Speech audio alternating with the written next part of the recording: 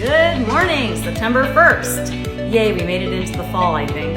I'm going to be using a different deck today. I'm using my Maps Oracle cards. I've already selected 3 cards, so think of your number 1 through 3, that will be your card.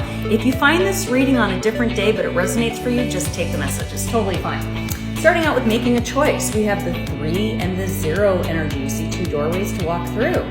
3 energy is about creation or being creative, and 0 energy is anything goes, like the Fool energy, right?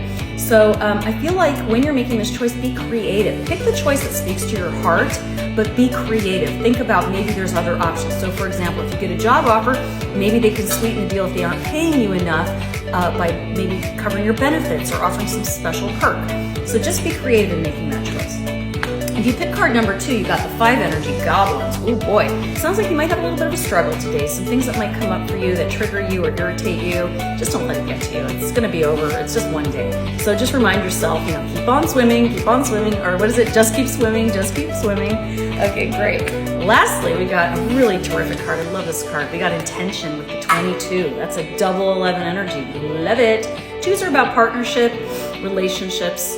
22 is the double 11, which means you are so on the right path. And look at that intention. This owl is smart and wise, sitting on an egg. There's potential in that egg, right? It's going to hatch. The egg is so big for him, but he doesn't care. He's sitting there thinking, I can do this.